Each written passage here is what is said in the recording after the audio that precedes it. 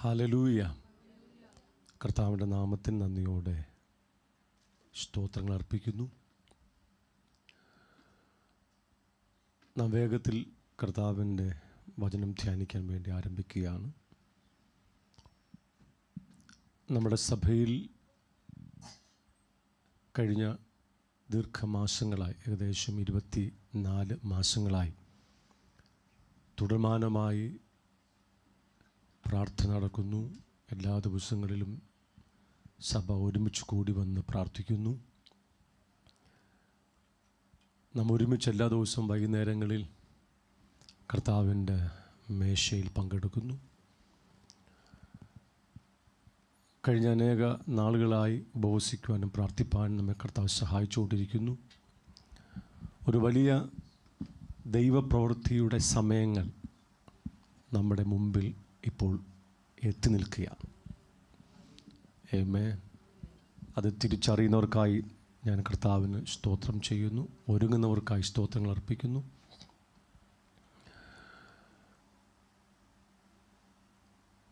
കഴിഞ്ഞ ഒരാഴ്ചയായിട്ട് വീണ്ടും ഫാസ്റ്റിങ്ങോടുകൂടി പ്രാർത്ഥിപ്പാനായിട്ട് ദൈവം എന്നെ വീണ്ടും സഹായിച്ചുകൊണ്ടിരിക്കുകയാണ്. എൻ്റെ കൂടെ പ്രാർത്ഥിക്കുന്ന, പ്രാർത്ഥനയിൽ താങ്ങുന്ന എല്ലാവർക്കുമായിട്ട് നന്ദി അർപ്പിക്കുന്നു. വളരെ അത്ഭുതകരമെന്ന് പറഞ്ഞു കഴിഞ്ഞാൽ, ഞാൻ അറിയാത്ത ഒരു കൂട്ടം ആൾക്കാർ എങ്ങനെയൊക്കെയോ കഴിഞ്ഞ ഒരാഴ്ച കൊണ്ട് ഞാനുമായിട്ട് കണക്റ്റ് ചെയ്ത് പല ഭൂഖണ്ഡത്തിലിരുന്ന് എൻ്റെ ഒപ്പം പ്രാർത്ഥിക്കുന്നുണ്ട്. ഞാൻ അറിയാത്തവരാണ്. ചിലരുടെ പേര് പോലും എനിക്കറിയത്തില്ല, ചോദിച്ചിട്ടില്ല. പക്ഷെ ദൈവം തൻ്റെ പ്രവൃത്തിക്കു വേണ്ടി ഒരേ ദർശനമുള്ള, ഒരേ ആഗ്രഹമുള്ള ആൾക്കാരെ ചേർത്തുകൊണ്ടിരിക്കുകയാണ്. ഹല്ലേലൂയ. ഞാൻ അവരെ ഓർത്ത് കർത്താവിന് സ്തോത്രം ചെയ്യുന്നു. ഓരോ ദിവസവും ദൈവം അവർക്ക് കൊടുക്കുന്ന കാര്യങ്ങളെ പറഞ്ഞ് വീണ്ടും എന്നെ അവർ പ്രാർത്ഥന ഉത്സാഹിപ്പിക്കുന്നു. ഇതൊക്കെ ഓർത്ത്, ഇതെല്ലാം കർത്താവിൻ്റെ ഒരു പ്രവൃത്തിയാണ്. ഒരു ദൈവപ്രവൃത്തിയുടെ സമയം നമ്മുടെ നടുവിൽ വന്നുകൊണ്ടിരിക്കുകയാണ്. അതുകൊണ്ട് പ്രാർത്ഥിക്കുന്ന എല്ലാവരും തീഷ്ണതയോടുകൂടെ പ്രാർത്ഥിപ്പാൻ നിങ്ങളെ ദൈവാത്മാവ് സഹായിക്കട്ടെ. നമ്മുടെ ഷദ്രഖ് നാളെ തുടങ്ങി വീണ്ടും അദ്ദേഹം ഫാസ്റ്റിങ്ങിലാണ്. ഞാൻ പറഞ്ഞു, മോനെ നീ ഫാസ്റ്റിംഗ് എടുക്കണ്ട, പക്ഷേ അദ്ദേഹത്തിന് നിയോഗമാണ് വീണ്ടും ഒരു 7 ഡേയ്സും കൂടെ ഫാസ്റ്റിംഗ് എടുക്കാൻ. നിങ്ങൾ കേൾക്കണം, ഇപ്പോൾ അദ്ദേഹം എല്ലാ ദിവസവും വൈകിട്ട് 6 മണി തുടങ്ങി രാവിലെ 6 മണി വരെ നോൺ സ്റ്റോപ്പായിട്ടാണ് പ്രാർത്ഥിക്കുന്നത്. അതെൻ്റെ ഒരു കൃപയാണ് അങ്ങനെ തുടർമാനമായിട്ടങ്ങ് പ്രാർത്ഥിക്കാൻ. പക്ഷെ നമ്മുടെ കൂടെ ഇത്ര വർഷങ്ങൾ നിന്ന് ആരും അത് പ്രാപിച്ചിട്ടില്ല. പ്രാർത്ഥിക്കുന്നുണ്ട് നോൺ സ്റ്റോപ്പായിട്ട്, നിർത്താതെ. ഒരു വട്ടം വല്ലതും അത് വാഷ്റൂമിൽ പോകാതിരിക്കാം. വൈകിട്ട് 6 തുടങ്ങി രാവിലെ 6 മണി വരെ ഉറക്കമേ ഇല്ല. അദ്ദേഹം ഒരു ചെറുപ്പക്കാരനാണെന്ന് ഓർക്കണം. നമുക്കൊരു എരിവാകട്ടെ, നമ്മുടെ കുഞ്ഞുങ്ങൾക്കൊക്കെ അതൊരു എരിവാകട്ടെ, നമ്മുടെ പാസ്റ്റർമാർക്കും നമ്മുടെ യുവജനത്തിനുമൊക്കെ ഒരു എരിവാകട്ടെ. ആമേൻ. താടിക്ക് കൈ കൊടുക്കാനും നോക്കിയാൽ മക്കളെ, താടിക്ക് കൈ കൊടുക്കാനും നോക്കിയേ. പ്രാർത്ഥിക്കാനായിട്ടുള്ള നിയോഗമുള്ള സഭയാണ്. നിങ്ങൾ പ്രാർത്ഥിച്ചില്ലെങ്കിൽ ദൈവം ഇതുപോലുള്ള ദൈവമക്കളെ കൊണ്ടുവന്ന് പ്രാർത്ഥിപ്പിക്കും. ആമേൻ. ചില ദിവസങ്ങൾ കഴിയുമ്പോൾ പ്രാർത്ഥിക്കാത്തവരൊക്കെ സഭയിൽ നിന്ന് ഔട്ടാകും. എൻ്റെ കുഴപ്പമല്ല, നിങ്ങൾക്ക് വരാൻ പറ്റത്തില്ല. ഒന്നുകിൽ അനുദപിച്ച് മാനസാന്തരപ്പെട്ട് നിലവിളിച്ച് ഇതിനകത്ത് വരേണ്ടി വരും, അല്ലെങ്കിൽ നിങ്ങൾ സ്വാഭാവികമായും ഇതിനകത്ത് നിന്ന് പുറത്തു പോകും. എൻ്റെ കുഴപ്പം കൊണ്ടല്ല. കാര്യം ദൈവത്തിൻ്റെ പദ്ധതിക്കകത്ത് കയറാൻ നിങ്ങൾക്കിഷ്ടമില്ലാത്തത് കൊണ്ടാണ്. നിങ്ങളാരും അങ്ങനെ പോകരുതെന്നാണ് എൻ്റെ ആഗ്രഹം.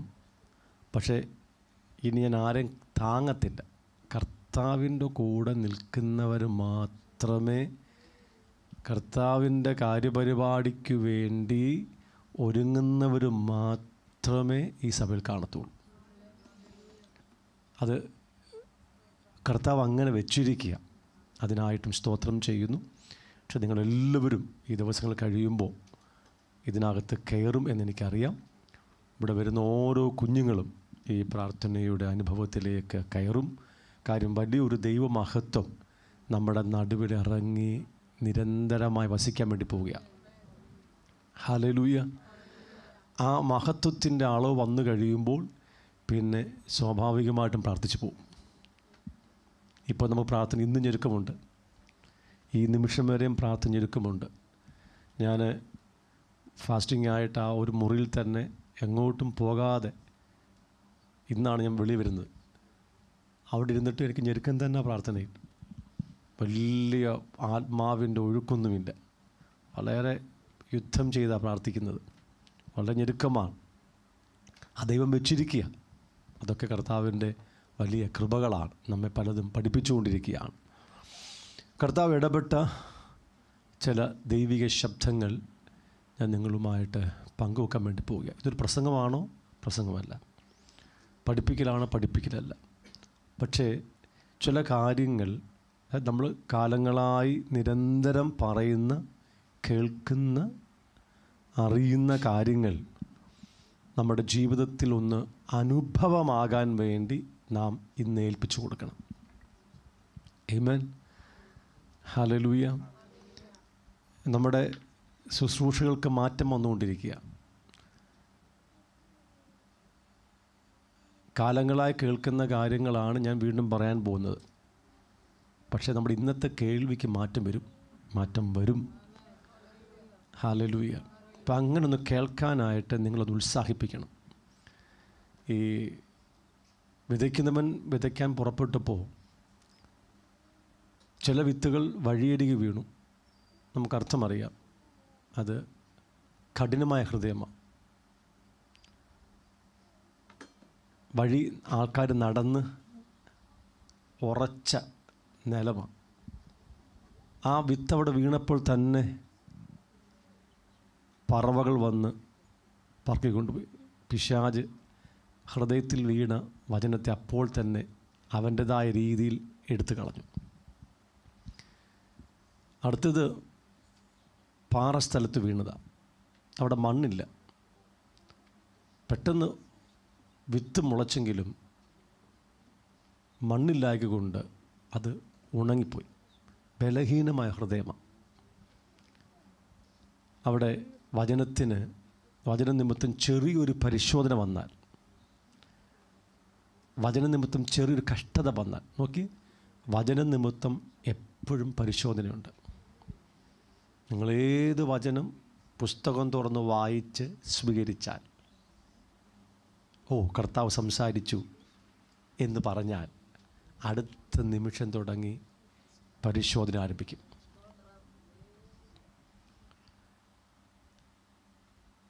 എന്തിനാ?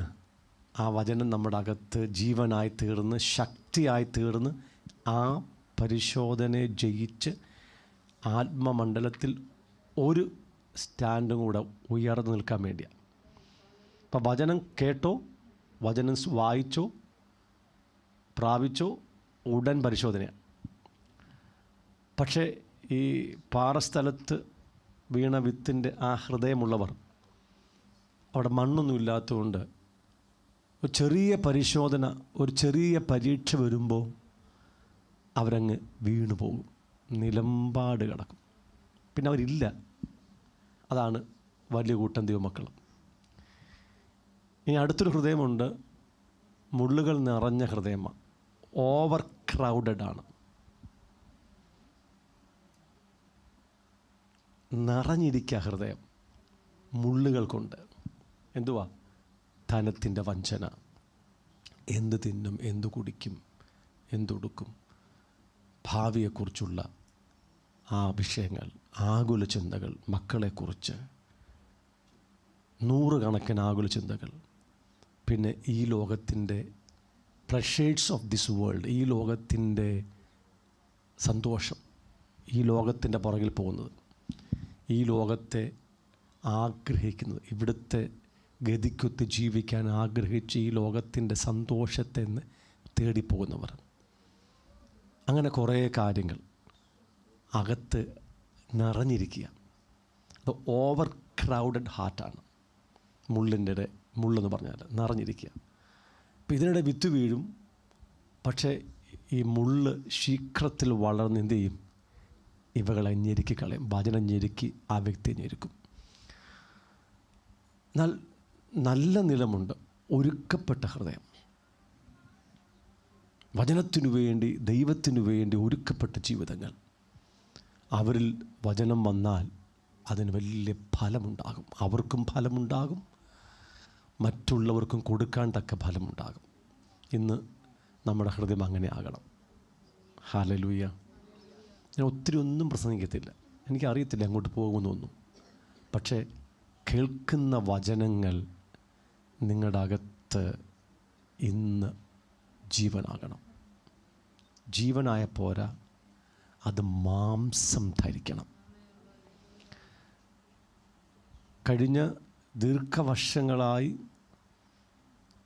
ദൈവസഭയുടെ അപ്പോസ്തലിക ഉപദേശത്തിൻ്റെ ആഴമേറിയ മർമ്മങ്ങൾ, വെളിപാടുകൾ നമുക്ക് ദൈവം തന്നിട്ടുണ്ട്. എന്നാൽ ഈ ദിവസങ്ങളിൽ അതുപോലെ നമ്മിൽ വെളിപ്പെടുന്ന ദിവസങ്ങളാണ്. ഹല്ലേലൂയ. ഞാൻ വെറുതെ പറയല്ല, അതങ്ങനെ തന്നെയാണ്. ഞാൻ വളരെ ബോധ്യത്തിൽ പറയാം. അതുകൊണ്ട് വളരെ ശ്രദ്ധയോടെ എന്നെ കേൾക്കണം. എൻ്റെ അകത്ത് 2 വാക്യങ്ങളാണ് വായിക്കാൻ വേണ്ടിയുള്ളത്. വാക്യത്തെക്കുറിച്ച് വലിയ പ്രസംഗം കാണത്തില്ല, പക്ഷെ നിങ്ങൾ കേൾക്കണം, വളരെ ശ്രദ്ധിക്കണം. വലിയ ദൈവപ്രവൃത്തിയുണ്ട് ഇതിനകത്ത്. പത്രോസിൻ്റെ 1-ാമത്തെ ലേഖനം, അതിൻ്റെ 1-ാം അധ്യായം, അതിൻ്റെ 14 തുടങ്ങി 16 വരെയുള്ള വാക്യങ്ങൾ ഞാൻ വായിക്കുന്നു.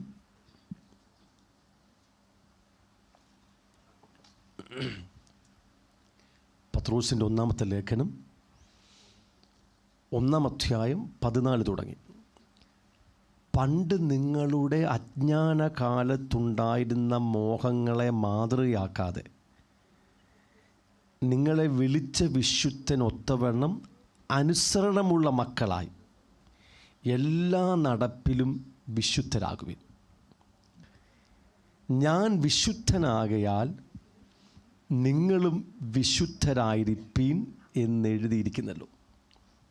നമുക്കറിയാവുന്ന വാക്യമാണ്, പിന്നെ എന്നാ പ്രസംഗിക്കാനാ?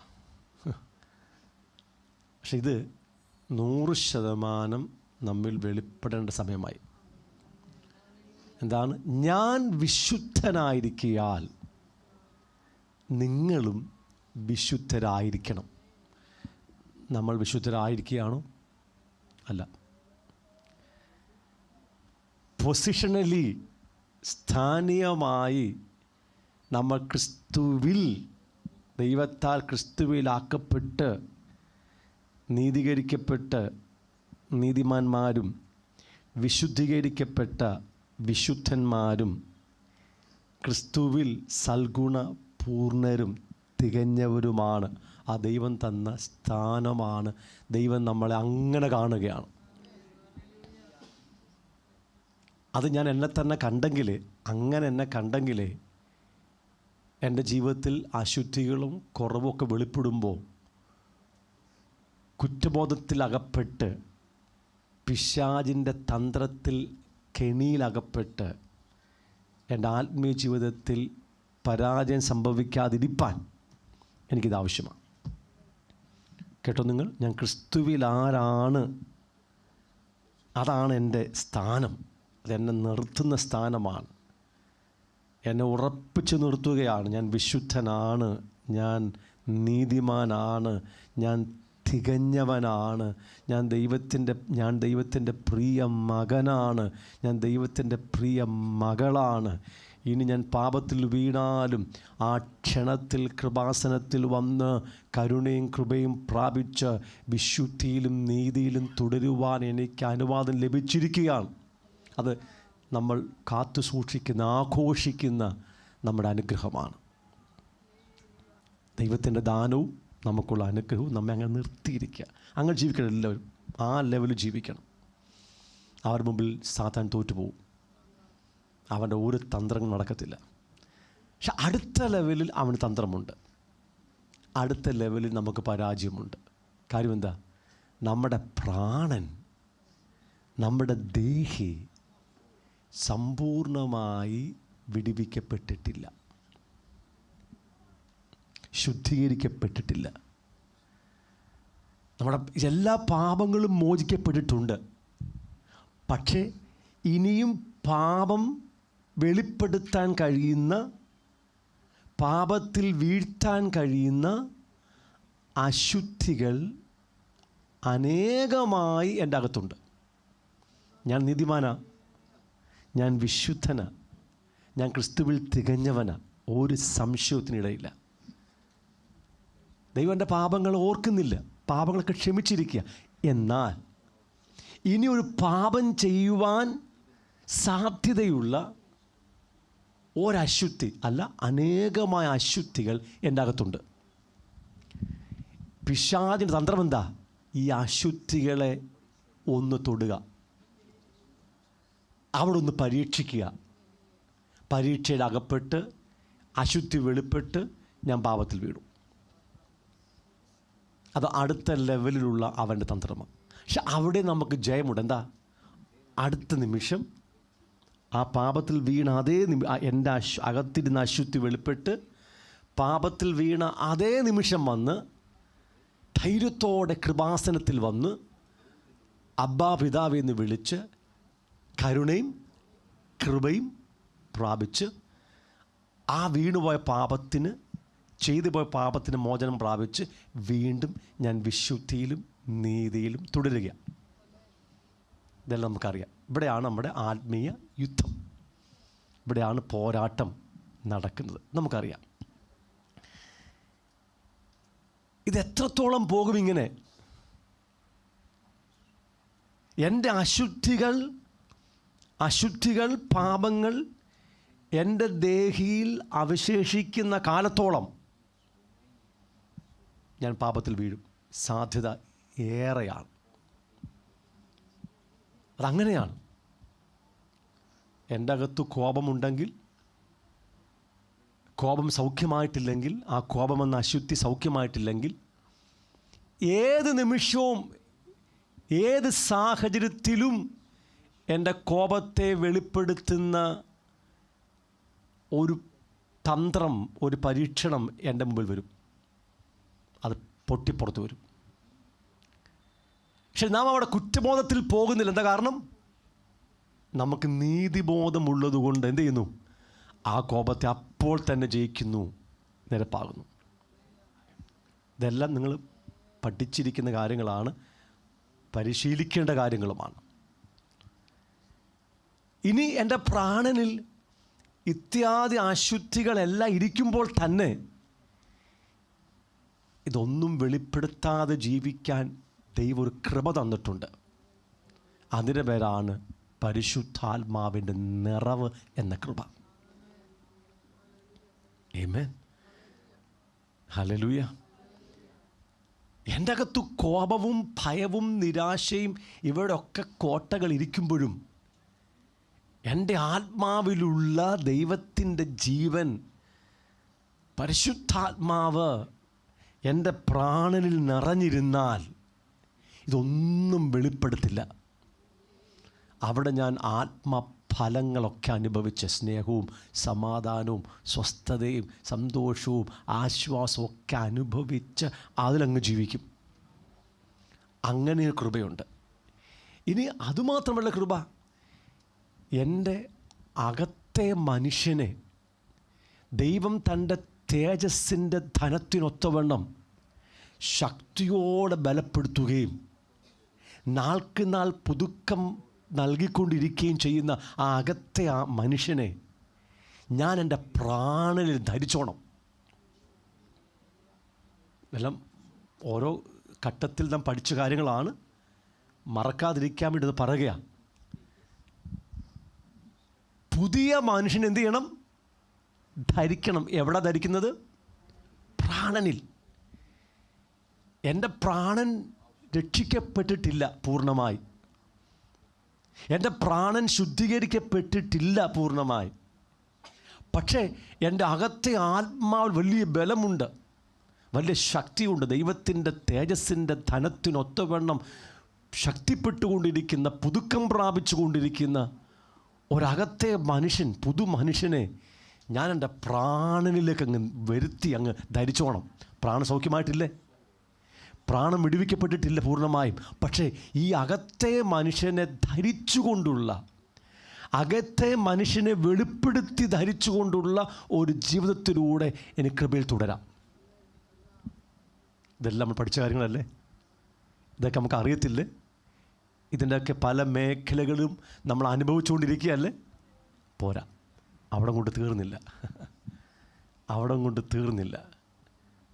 ഇതെല്ലാം ശ്രേഷ്ഠമാണ്, ഇതെല്ലാം കർത്താവിൻ്റെ കൃപയാണ്. നാം ഇങ്ങനെയാണ് വളർന്നു വരുന്നത്, ഇങ്ങനെ കൃപയിൽ മുതിർന്നു വരുന്നത്, ഇങ്ങനെ പാപങ്ങളെ ജയിച്ചുകൊണ്ടിരിക്കുന്നത്. ഹല്ലേലൂയ. എൻ്റെ ദേഹിയിലിരിക്കുന്ന പ്രാണനിൽ ഒരു കോപം വെളിപ്പെട്ട് കഴിയുമ്പോൾ ഞാൻ പിന്നെ പോയിരുന്ന് പ്രാർത്ഥിച്ചെന്ന് ബലപ്പെട്ട് എൻ്റെ അകത്തെ ആത്മാവിലുള്ള സൗമ്യത അങ്ങോട്ട് റിലീസ് ചെയ്യും. ആമേൻ. പോരാ, നിങ്ങൾ കേൾത്തില്ല. എൻ്റെ കോപം വെളിപ്പെട്ട് ഞാനും നാറി, കൂടെ കോപം കണ്ടവരും നാറി, മൊത്തത്തിൽ നാറി, നാണം കെട്ട്. പക്ഷേ ഞാൻ നാണം കെട്ട് പോകത്തില്ല. ഞാൻ കർത്താവിൻ്റെ മകനാണ്, നീതിമാനായതുകൊണ്ട് അങ്ങോട്ട് മാറി ഒറ്റ പ്രാർത്ഥന പ്രാർത്ഥിച്ച് ബലപ്പെട്ട് എൻ്റെ ആത്മാവിനങ്ങ് ധരിച്ചു. ആത്മാവിൻ്റെ സൗമ്യത അങ്ങ് ധരിച്ചു. ഞാനങ്ങ് ഉറച്ചു നിന്നു. ഇതൊക്കെ നടക്കുന്ന കാര്യമല്ലേ? നടന്നുകൊണ്ടിരിക്കുന്ന കാര്യമല്ലേ? നാളെ വേറൊരെണ്ണം വെളിപ്പെടും. നമ്മൾ കുറേ അലവലാദികളുടെ ലിസ്റ്റിൽപ്പെടുത്തിയ കുറേ കാര്യങ്ങളില്ലേ? You are trying to get a word for അലവലാദി. I no.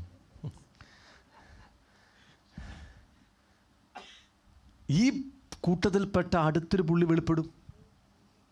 പക്ഷേ നമ്മളതിൻ്റെ പുറത്ത് ജയമെടുത്ത് ആത്മാവിനെ ധരിക്കും. ആത്മാവിലിരിക്കുന്ന സമാധാനം, ആത്മാവിൻ്റെ സന്തോഷം, ആത്മാവിൻ്റെ ആനന്ദം, ആത്മാവിൻ്റെ സ്വസ്ഥത, ഇതൊക്കെ അങ്ങോട്ട് പകർന്ന് നമ്മൾ ജയമെടുക്കും. ഇല്ലേ? ഇത് നടന്നുകൊണ്ടിരിക്കുക. പക്ഷേ ഇവിടെ കൊണ്ട് തീർന്നില്ല.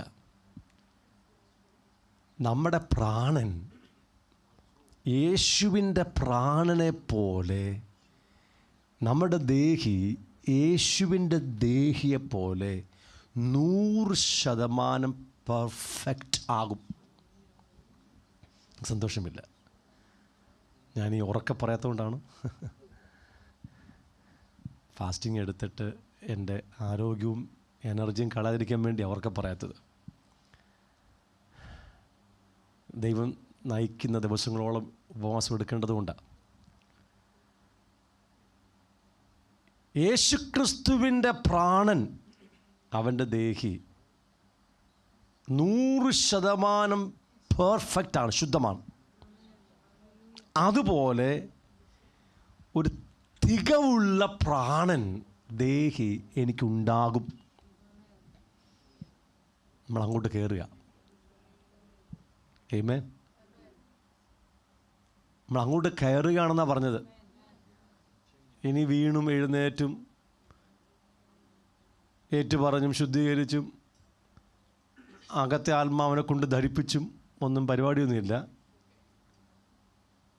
100% പെർഫെക്റ്റ് ആയിരിക്കുന്ന യേശുവിൻ്റെ പോലൊരു ദേഹി നമുക്കുണ്ടാകും.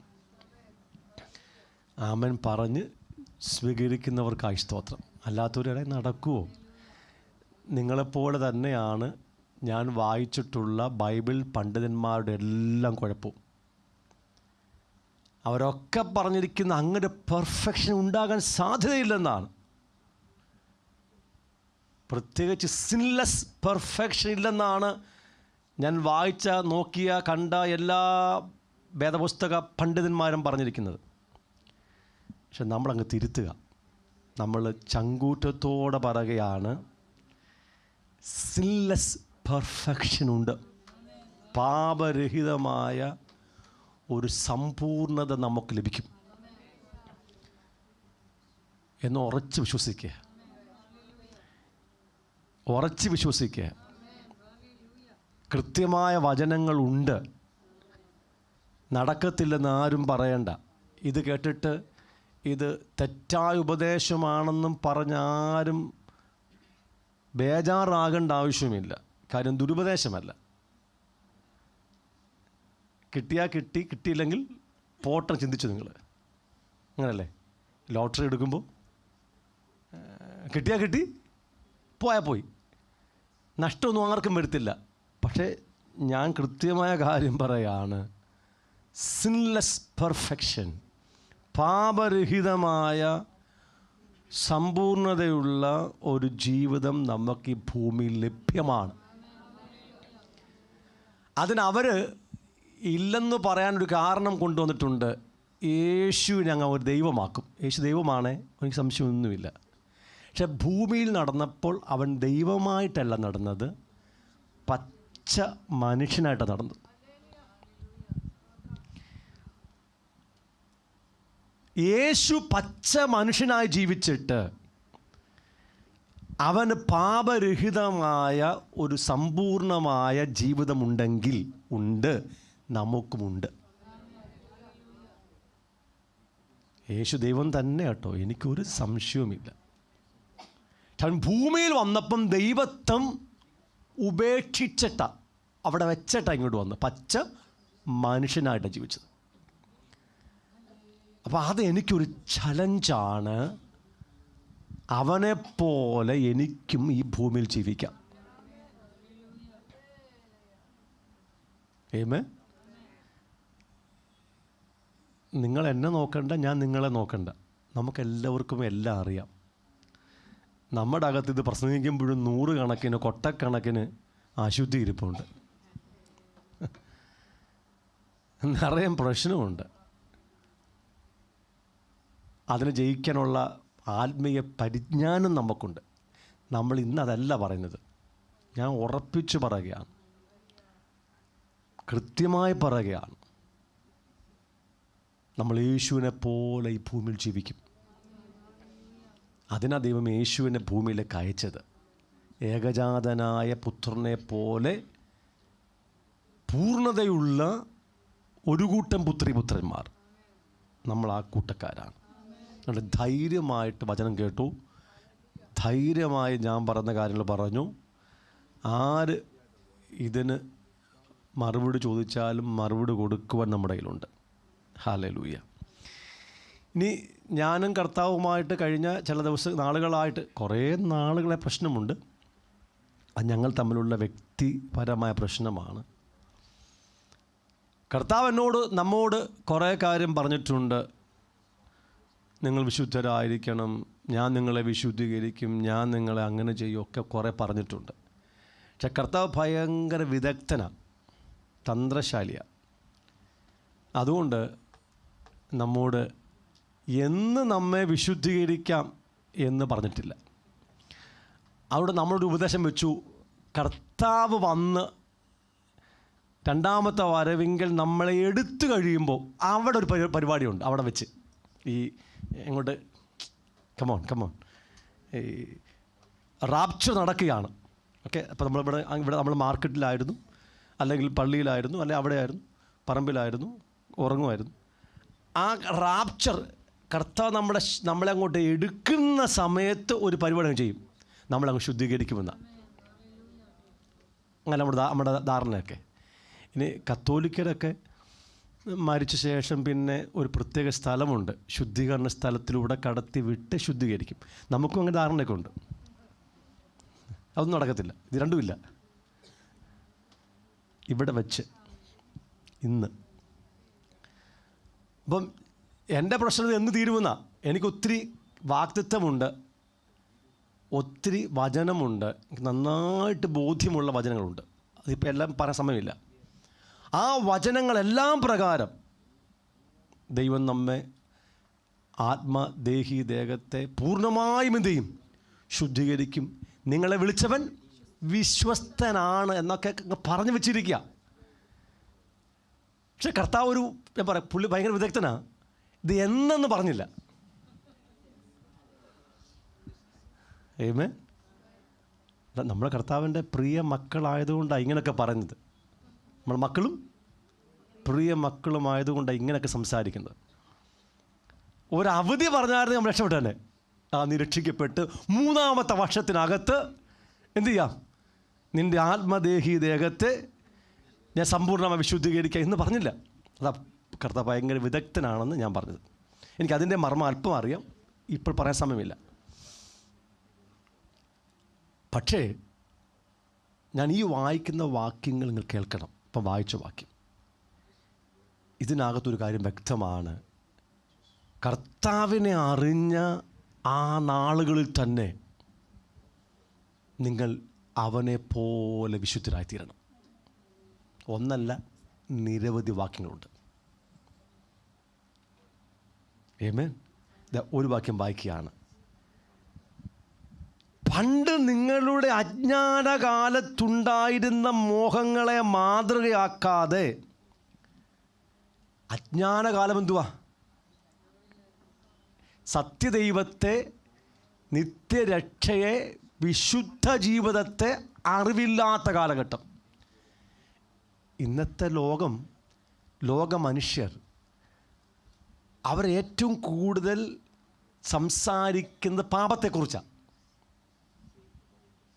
അല്ലേ? അശുദ്ധികളെക്കുറിച്ചാണ്. അശുദ്ധമായിരിക്കുന്ന കാര്യങ്ങളിലാണ് ലോകം ഇഷ്ടപ്പെടുന്നത്. അത് ലോകത്തിൻ്റെ അവസ്ഥ എങ്ങനെയാണ്? പണ്ട് നമ്മുടെ അറിവില്ലായ്മയുടെ കാലഘട്ടത്തിൽ സത്യദൈവത്തെ, അവൻ്റെ സത്യമായ മാർഗത്തെ, അവൻ്റെ വിശുദ്ധിയെ, അവൻ്റെ കാര്യപരിപാടികളെ അറിയാത്ത കാലഘട്ടങ്ങളിൽ നമ്മൾ ആ ലോകത്തിൻ്റെ മോഹത്തിന് ഒത്തു ജീവിച്ചു വരാം. ഇനി അതിനെ മാതൃകയാക്കരുത്. ഇപ്പോൾ വന്നു കഴിഞ്ഞ ഉടൻ തന്നെ പഴയ സിസ്റ്റത്തെ മുറിച്ച് കളയണം അല്ലേ? പിന്നെ പറയുകയാണ്, നിങ്ങളെ വിളിച്ച വിശുദ്ധനൊത്തവണ്ണം. അത് കേട്ടോ, നിങ്ങളെ വിളിച്ച വിശുദ്ധന് ഒത്തവണ്ണം. വിളിച്ച ദൈവത്തിൻ്റെ വിശുദ്ധി നമുക്കറിയാമല്ലോ. അതെന്തുവാ? നമുക്ക് ഇപ്പോൾ അത് തിരിച്ചറിയാൻ കഴിയത്തില്ല. ദൈവത്തിൻ്റെ വിശുദ്ധി എന്താണെന്ന് ഇപ്പോൾ നമുക്ക് ഗ്രഹിക്കാൻ വലിയ പ്രയാസമാണ്. നാളെ ഗ്രഹിക്കാൻ പറ്റും. ദൈവം അതിപരിശുദ്ധനാണ്. അതെന്തുവാ? അതെന്തുവാ ഈ സൂത്രം? അതിപരിശുദ്ധൻ എന്നൊക്കെ പറഞ്ഞാൽ അതിനെ നമുക്ക് ഏത് ഉദാഹരണം കൊണ്ട് വ്യാഖ്യാനിക്കാം? പറ്റത്തില്ല. കമോൺ, എന്നെ കേൾക്കുന്നുണ്ടോ?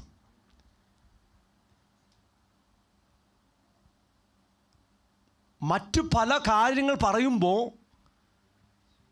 മറ്റാത്മീയ മർമ്മങ്ങൾ പറയുമ്പോൾ അതിനെ ഒന്ന് വെളിപ്പെടുത്തുവാൻ ഭൂമിയിൽ ചില ഉദാഹരണങ്ങളുണ്ട്, ഉപമാനങ്ങളുണ്ട്, മെറ്റഫേഴ്സ് ഉണ്ട്. അപ്പം ക്രിസ്തുവും സഭയും തമ്മിലുള്ള ബന്ധത്തെക്കുറിച്ച് പറയുമ്പോൾ മണവാളനും മണവാട്ടിയുടെ ബന്ധം പറയാം. ക്രിസ്തുവിൻ്റെ സഭ, ശരീരമാകുന്ന പ്രാദേശിക സഭയുടെ ഐക്യത്തെക്കുറിച്ച് പറയുമ്പോൾ ഈ ശരീരത്തെ എടുത്ത് കാണിക്കുക അല്ലേ? ഈ ശരീരത്തിൻ്റെ അവയവങ്ങൾ എത്രമാത്രം ഒരുമിച്ച് ഐക്യതയിലായിരിക്കുന്നു അതിനെ കാണിച്ചിട്ടാണ് നമ്മൾ തമ്മിലുള്ള സഭയിൽ ഐക്യം പറഞ്ഞല്ലേ? നമുക്ക് മനസ്സിലായില്ല. അപ്പോൾ നമുക്ക് മനസ്സിലായില്ലേ? അത് കേട്ടപ്പോൾ മനസ്സിലായി. പക്ഷെ ദൈവത്തിൻ്റെ വിശുദ്ധിയെക്കുറിച്ച് പറയാൻ എന്തുദാഹരണം എടുക്കും? അതുകൊണ്ട് എഴുത്തുകാർ, വേദപുസ്തകത്തിലെ എഴുത്തുകാർ ആരും തന്നെ ദൈവത്തിൻ്റെ വിശുദ്ധി അതിന് നിർവചനം കൊടുത്തിട്ടില്ല, വ്യാഖ്യാനിച്ചിട്ടില്ല. ഉണ്ടോ? പോരാ. കമോൺ, കേൾക്കന്നെ. ഒരു ഉപമാനമില്ല, ഒരു ഉദാഹരണമില്ല ദൈവത്തിൻ്റെ വിശുദ്ധിയെ കാണിക്കാൻ. നമുക്ക് ഒരെണ്ണം കിട്ടി. പ്രാർത്ഥിച്ചു പോയപ്പോൾ ദൈവം വെളിച്ചമാകുന്നു, അവനിൽ ഇരുട്ട് ഒട്ടുമില്ല. എനിക്കൊരു സാധനം ക്ലിക്കായി. ആമേൻ. വീണ്ടും പൗലോസ് പറയുന്നു, അടുത്തുകൂടാത്ത വെളിച്ചത്തിൽ വസിക്കുന്നവൻ. ദൈവം വെളിച്ചമാണ്, അവനിൽ ഇരുട്ട് ഒട്ടുമില്ല. ഇനി അവൻ വസിക്കുന്നത് അടുത്തുകൂടാത്ത വെളിച്ചത്തിലാണ്. ദൈവം വെളിച്ചമാണ്, ആ വെളിച്ചത്തിൽ ഇരുട്ടൊട്ടുമില്ല, അത്ര പ്യോർ വെളിച്ചമാണ്. ഇനി അവൻ വസിക്കുന്നതും അടുത്തുകൂടാത്ത ഒരു മനുഷ്യനും ഒരു ദൂതന്മാർക്കും അടുത്തുകൂടാൻ കഴിയാത്ത വെളിച്ചത്തിലാണ് അവൻ വസിക്കുന്നത്. ആ 1-2 വാക്യങ്ങൾ വായിച്ചപ്പോൾ എനിക്ക് വിശുദ്ധിയുടെ ഏതോ ഒരു ചിത്രം കിട്ടി.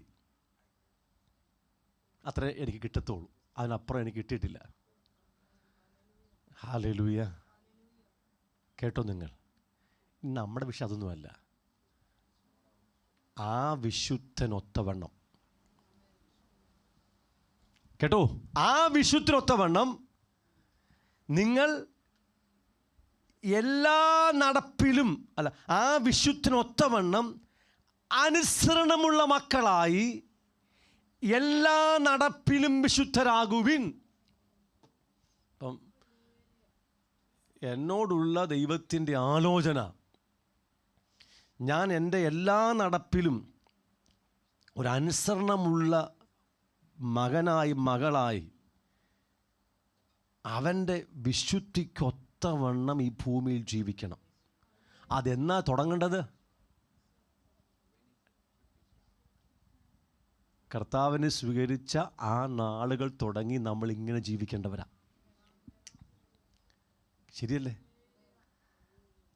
ശരിയല്ലേ?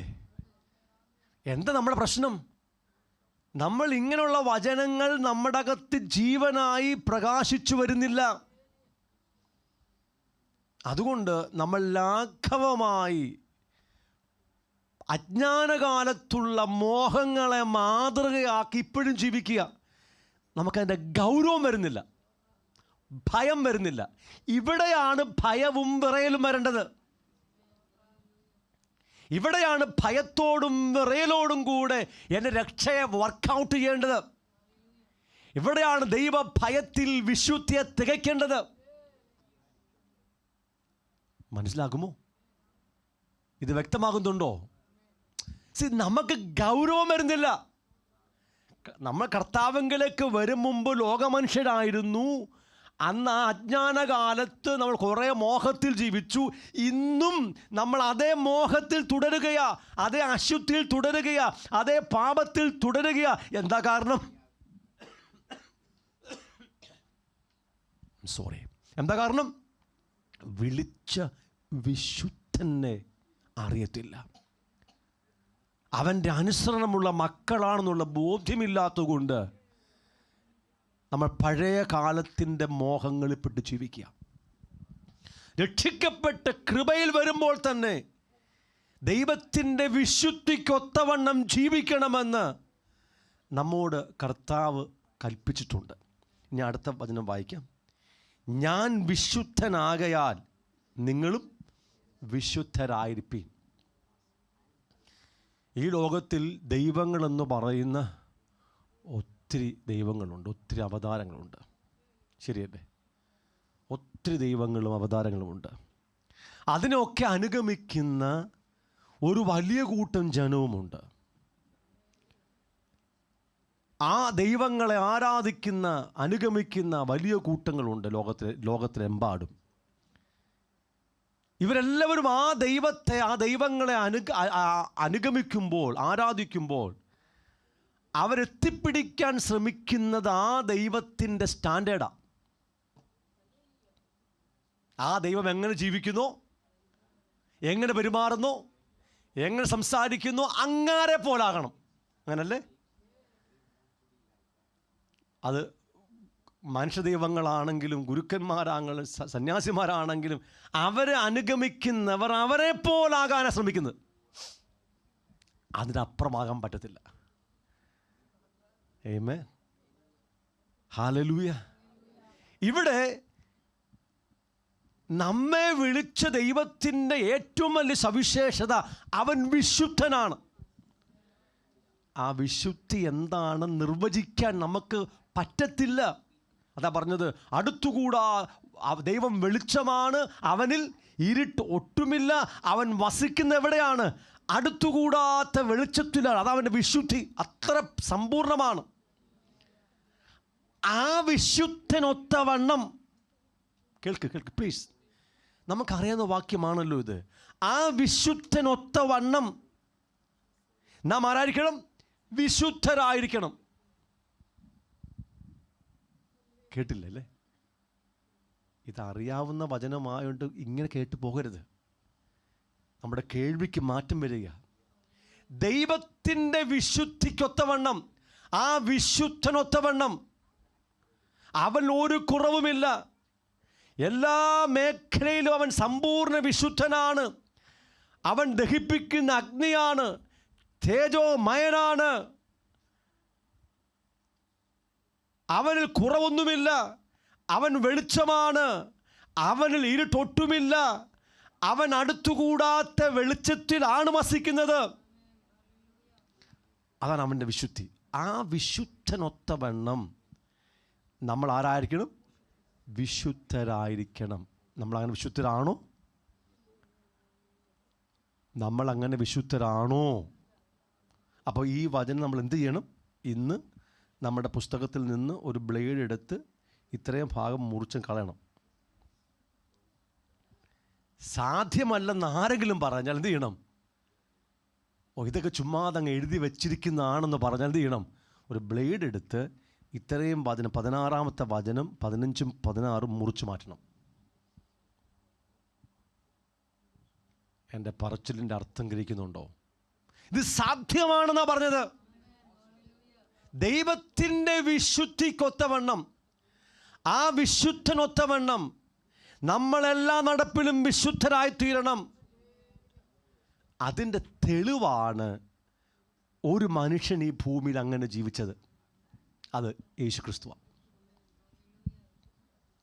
ആമേൻ. യേശു ദൈവമായിട്ടല്ല ജീവിച്ചത്.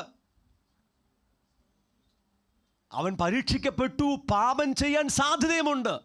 ചില തിയോളജിൻസ് പറയുന്നത് യേശുവിന് പാപം ചെയ്യാൻ കഴിയത്തില്ലെന്നായിരുന്നു. യേശുവിന് പാപം ചെയ്യാൻ കഴിയത്തില്ല. അവൻ റോബോട്ടായിട്ടാണ് അവനെ സൃഷ്ടിച്ചു വിട്ടതെന്ന് അവർ പറഞ്ഞിരിക്കുന്നു. ഞാനങ്ങ് പറയാം, യേശു പച്ച മനുഷ്യനാ.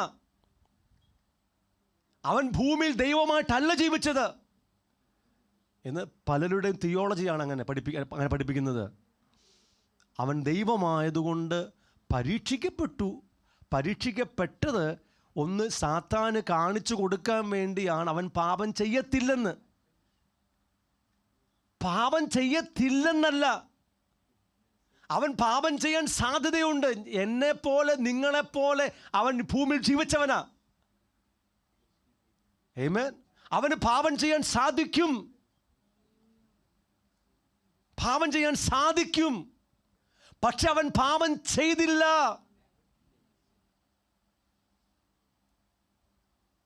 യേശുക്രിസ്തുവിനെ, മനുഷ്യപുത്രനായ യേശുക്രിസ്തുവിനെ അയച്ച സ്വർഗത്തിലെ പിതാവാം ദൈവത്തിൻ്റെ വിശുദ്ധിക്കൊത്തവണ്ണം ഈ ഭൂമിയിൽ അവൻ ജീവിച്ച് തെളിച്ചിട്ട് എന്നോട് പറയുക, നിങ്ങളെ വിളിച്ചവൻ വിശുദ്ധനായിരിക്കുന്ന പോലെ നിങ്ങളും വിശുദ്ധരായിരിക്കണം.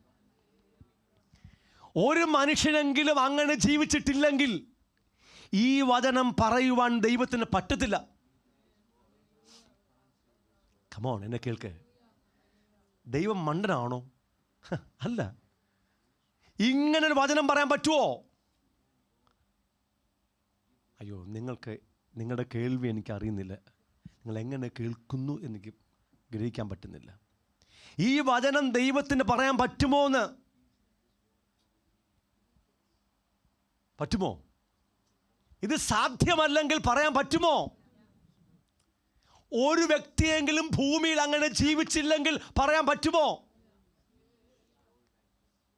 ലേവ്യ പുസ്തകത്തിൽ ഇസ്രായേൽ മക്കളോട് ഈ വചനം മോശ പറയുമ്പോൾ മോശ പോലും അങ്ങനെ ജീവിച്ചിട്ടില്ല. മോശയോ ഇസ്രായേൽ മക്കളോ തുടർന്ന് വന്ന ഇസ്രായേലിൻ്റെ പ്രവാചകന്മാരോ ഇങ്ങനെ ജീവിച്ചിട്ടില്ല. അന്ന് ദൈവം പറഞ്ഞു, ഞാൻ വിശുദ്ധനായിരിക്കയാൽ നിങ്ങളും വിശുദ്ധരായിരിപ്പീൻ. ആരും തെളിയിച്ചില്ല. 2000 കൊല്ലങ്ങൾക്ക് മുമ്പ് യേശു ക്രിസ്തു പച്ച മനുഷ്യനായ ഭൂമിയിൽ വന്ന് അവൻ പാപം ചെയ്യാതെ ജീവിച്ച് ഈ ഭൂമിയിൽ ദൈവത്തിൻ്റെ വിശുദ്ധിക്ക് തക്കവണ്ണം മനുഷ്യർക്ക് ജീവിക്കാൻ പറ്റുമെന്ന് തെളിയിച്ചു തന്നു. ഹല്ലേലൂയ. അതിന് നമ്മെ സഹായിക്കാനാണ് തൻ്റെ വചനവും തൻ്റെ പരിശുദ്ധാത്മാവിനെ നമുക്ക് തന്നിരിക്കുന്നത്. നമ്മളതിനെ ലാഘവമായി കണ്ടിരിക്കുന്നതുകൊണ്ടാണ് നമുക്ക് കർത്താവിനെ പോലെ വിശുദ്ധിയിലെത്താൻ കഴിയാത്തത്. നമ്മുടെ അറിവ് പരിമിതമായതുകൊണ്ടാണ്, അല്ലെങ്കിൽ അറിവ് തെറ്റായതുകൊണ്ടാണ്. തെറ്റായ അറിവും അറിവ് പരിമിതവുമാണെങ്കിൽ നമുക്ക് ഇത്തരത്തിലെത്താൻ പറ്റത്തില്ല. ഞാൻ വീണ്ടും വായിക്കുകയാണ്, ഞാൻ വിശുദ്ധനാകയാൽ നിങ്ങളും വിശുദ്ധരായിരിപ്പീൻ. ഇനി എനിക്ക് ലഭിച്ചൊരു ബോധ്യോടെ പറയാം, ഒരു ബോധ്യം പറയാണ് കേട്ടോ. ദൈവത്തിൻ്റെ വിശുദ്ധിയുടെ അളവല്ല ദൈവദൂതന്മാരുടെ വിശുദ്ധിയുടെ അളവ്. എനിക്ക് ലഭിച്ച ബോധ്യം പറയുകയാണേ. ദൈവം വെളിച്ചമാണ്, അവൻ ഇരുട്ടൊട്ടുമില്ല. അടുത്തുകൂടാത്ത വെളിച്ചത്തിൽ അവൻ വസിക്കുകയാണ്. ആ നിലവാരമല്ല ഒരു ദൂതൻ്റെ വിശുദ്ധിയുടെ നിലവാരം. ഇതെങ്ങനെ പറഞ്ഞ് ഫലിപ്പിക്കുമോ എന്നെനിക്കറിയത്തില്ല. കേൾക്കണം. ദൂതനെ സൃഷ്ടിച്ചിരിക്കുന്ന ഒരു പൂർണ്ണതയുണ്ട്. അത് സാറാഫാകട്ടെ, ഖറൂബാകട്ടെ, മറ്റ് ദൂതന്മാരാകട്ടെ, ആരുമാകട്ടെ, അവരെ സൃഷ്ടിച്ചു വച്ചിരിക്കുന്ന ഒരു പെർഫെക്ഷനുണ്ട്, ഒരു പൂർണ്ണതയുണ്ട്. അവരതിൽ പൂർണ്ണരാണ്. പക്ഷെ ആ പൂർണ്ണത ദൈവത്തിൻ്റെ പൂർണ്ണതയല്ല. ആ ദൂതൻ്റെ വിശുദ്ധി ദൈവത്തിൻ്റെ വിശുദ്ധിയുടെ അളവല്ല. Am I right? ഹലോ, ഞാൻ പ്രസംഗിക്കുന്നത് വർഷങ്ങളായ വചനം കേൾക്കുന്നവരോടാണ്. ശ്രദ്ധിക്കണം. പിതാവാം ദൈവത്തിൻ്റെ വിശുദ്ധിയും അവൻ്റെ പൂർണ്ണതയും, അവൻ സൃഷ്ടിച്ച ഒരു ദൂതൻ്റെ വിശുദ്ധിയും പൂർണ്ണതയും തമ്മിൽ വ്യത്യാസമുണ്ട്. എന്നാൽ ദൂതൻ, ദൈവം അവനെ ഏതളവിൽ സൃഷ്ടിച്ചിരിക്കുന്നുവോ ആ അളവിൽ വിശുദ്ധനാണ്, ആ അളവിൽ പൂർണ്ണനാണ്. എന്നാൽ പിതാവാം ദൈവത്തിൻ്റെ വിശുദ്ധിയുടെ അളവും പൂർണ്ണതയുമല്ല. Is it clear? ഞാൻ വ്യക്തമാക്കുന്നുണ്ടോ? അതുപോലെ മനുഷ്യനെ സൃഷ്ടിച്ചപ്പോൾ മനുഷ്യനൊരു പൂർണ്ണതയുണ്ട്.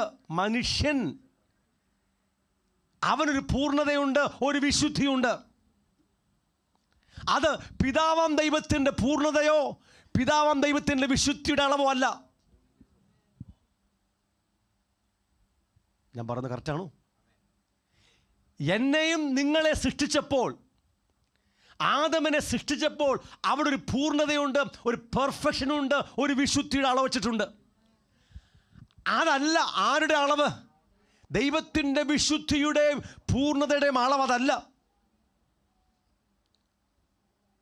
എന്തായിരുന്നു മനുഷ്യനെ സൃഷ്ടിച്ചപ്പോഴുള്ള പൂർണ്ണത? എന്തായിരുന്നു വിശുദ്ധി? നമുക്കറിയത്തില്ല. നമ്മൾ വീണ് കിടക്കുന്ന അശുദ്ധികളുള്ള പ്രാണൻ വെച്ചുകൊണ്ട്, ബുദ്ധി വെച്ചുകൊണ്ട് ഇതിനെ പിടിക്കാൻ പോയാൽ കിട്ടത്തില്ല, അറിയത്തില്ല. എന്നാൽ നമ്മുടെ മുമ്പിൽ ഒരു പച്ച മനുഷ്യനുണ്ട്, നസ്രയനായ യേശു ക്രിസ്തു. അവനാണ് മനുഷ്യൻ്റെ വിശുദ്ധിയുടെ പൂർണ്ണത. അവനാണ് മനുഷ്യൻ്റെ വിശുദ്ധിയുടെ അളവ്. യേശു. അവനെ നോക്കിയാൽ മതി.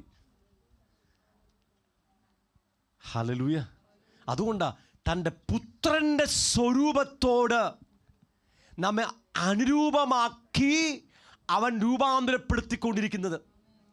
നമ്മൾ പിതാവാം ദൈവത്തെ പോലെ ആകുകയല്ല, എന്നാൽ പിതാവാം ദൈവത്തിൻ്റെ വിശുദ്ധി പ്രാപിച്ച് അവൻ്റെ സകല നിറവുകളും പ്രാപിച്ച് ഈ ഭൂമിയിലെ സമ്പൂർണ്ണ മനുഷ്യനായിരിക്കുന്ന യേശുക്രിസ്തുവിൻ്റെ സ്വരൂപത്തോട് അനുരൂപരായി രൂപാന്തരപ്പെടുകയാണ്. നമ്മുടെ വിഷയം ഇത് മരിക്കുന്ന അന്ന് വരെ നടക്കേണ്ട കാര്യമായിട്ടല്ല. അത് നടക്കട്ടെ, പ്രോസസ്സ് നടക്കട്ടെ, നമുക്ക് അറിയത്തില്ലല്ലോ അതിൻ്റെ ബാക്കി എല്ലാ കാര്യങ്ങളും. പക്ഷെ ഇന്ന് നടക്കേണ്ട കാര്യമാണ്. അടുത്ത 5 വർഷം കഴിഞ്ഞ് ഞാൻ യേശുവിനെ പോലെ ആകാമെന്ന് ആരും പറയരുത്. അയ്യോ, ഞാനിപ്പോൾ ചെറുപ്പമാണല്ലോ, ഞാൻ യൂത്ത് ആണല്ലോ, ഞാൻ കൗമാരക്കാരനാണ്, ടീനേജ് ആണല്ലോ, ഞാൻ ചെറുപ്പക്കാരനാണല്ലോ, ഞാൻ ഒരു 50 വയസ്സ് കഴിയട്ടെ, ജീവിതമൊക്കെ ഒന്ന് ആസ്വദിച്ചിട്ട് ഒരു 60 വയസ്സ് കഴിഞ്ഞിട്ട് അങ്ങനെയൊക്കെ ആകാം. No no no. ഇന്ന് ടുഡേ ഇന്ന് ഇതാ ചലഞ്ച് നമ്മുടെ.